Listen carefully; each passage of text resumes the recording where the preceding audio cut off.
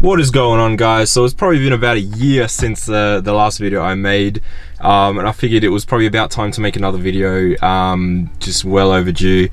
So this time it's about fixing something. So the E92 has had engine mount issues for a little while now, so I think they're pretty worn out. I managed to replace one of the left side mounts a little while ago, but I didn't manage to get the right side done. So today we're going to just focus on trying to get that mount out and replace with a new one, and then just inspect, I guess, everything else, because I haven't had the car up on the hoist for a little while. But I feel like it's probably a good time now to get it done. Good weather, and it's kind of getting late in the evening, and I figured it's probably going to cool down a bit as well. So we'll get stuck into it, drive the car onto the hoist and jack it up, and then we'll start looking into it.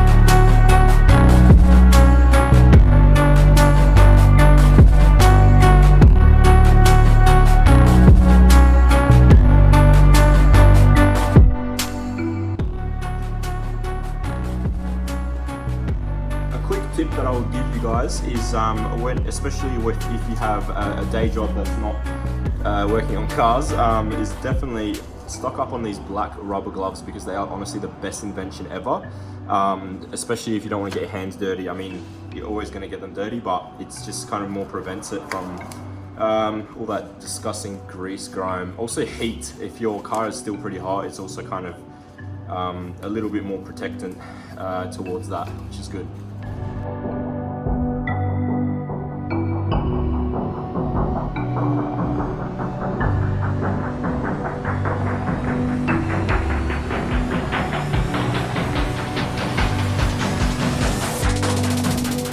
So the way I'm thinking of tackling this is basically, because last time I tried to go from underneath, I feel like this time it's probably going to be better if I try and go from top to grab the steering column and unbolt it from the top.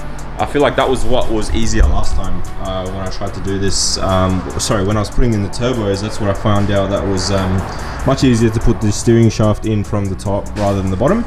So I feel like we're gonna have to move this out the way, maybe just move it over just a bit and zip tie it here somewhere so it doesn't leak out everywhere. And then I'm not sure if you can see, but you can see you've got clear access to the steering shaft, and we should be able to unbolt it either from the top or the bottom and slide it out. And then that way we can replace the engine mount and get to the top bolt. So the reason I really wanted to make this video, especially being that it's a year since I made the last video, is because I find that it's really hard to find tutorials or guides for right-hand drive vehicles, especially when it comes to replacing stuff like turbos and steering columns, and it's all very kind of hard to find, like any sort of tutorial guidance. So I figured I might as well make my own while I learn how to tackle this by myself. So basically what I'm going to start with is, if you see in the back there is a right there is where you can see. So that's the bolt that I'm unbolting from the top of the steering column, because it's right-hand drive. Obviously it's in the way of the engine mount bolt on the top. So at least for the top part, we need to remove or get rid of the steering column to get access, so we can put like a long socket from top and unbolt that the top engine mount bolt. But yeah, it's just because it's right in the way there. That would be where the engine mount is sitting, so it's right in the way. So we've got to unbolt that top one, pull the steering shaft backwards, and then we can get in from behind it. That's how I think we're going to tackle it today. So I just started to basically trying to get to the back of the steering shaft, the steering column, and it took me so long, and I just thought, what am I doing wrong, because it's so tight. But then I was like, full brain light bulb moment, and I realized that you can take the whole cowl panel out. So I should have done that from the start. So if you're watching this video, make sure to do that first. That way you've got access to the bolt, like literally right there. And then that way we've got more access as well when we get the steering shaft out the way and get the engine mount out. So I just had a really dumb moment, okay? my initial thought was, oh, engine mounts are stuffed, you know, that's why when I brake, it starts to vibrate like that. No. No, I literally just moved this wheel and it was like shaky, and I'm thinking, no, that's not engine mount related. So I found that this bolt here, this bolt right here, was loose. That was loose.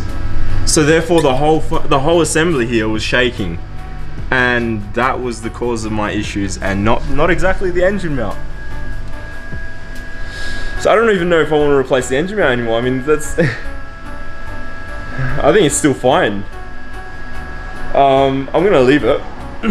I'm just glad that I've sorted out that issue. So but anyways, in case you do want to do an engine mount for right-hand drive cars, so you've got the 2 bolts that go from under here. So you've got one there, and then you can go from behind here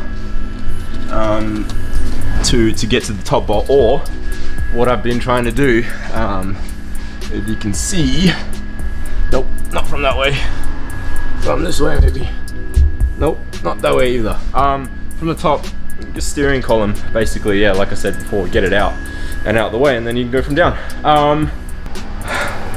Kind of contemplating whether I should keep doing this. I mean, if I can get the steering column to come out, then I'll do it. It's pretty.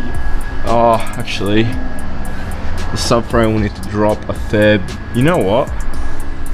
No, I'm just gonna stuff it. I'm just gonna leave it. I think the engine mount is fine. I think I'm just gonna do a once over with all the bolts, and call it a day. And just do an inspection from underneath, because that was 100% the cause of my issues. The whole wheel was shaking. So I feel dumb, but that was a mistake that I made, obviously, when I was doing the turbo replacement. At least we got that sorted. Car won't feel like it's about to fall apart. So I'm glad we got that sorted. And I think next I'll just do the brake pads and replace those, and just do a bit of a service, really. Clean up the oil from underneath and just give it a clean, because that's, yeah, it's just long overdue. But for now, I'm just gonna put everything back together, put the steering shaft bolt back in, put all the cowl panel stuff back in, and call it a day. I'm just glad that I finally determined the issue that I was having. But yeah, till next time.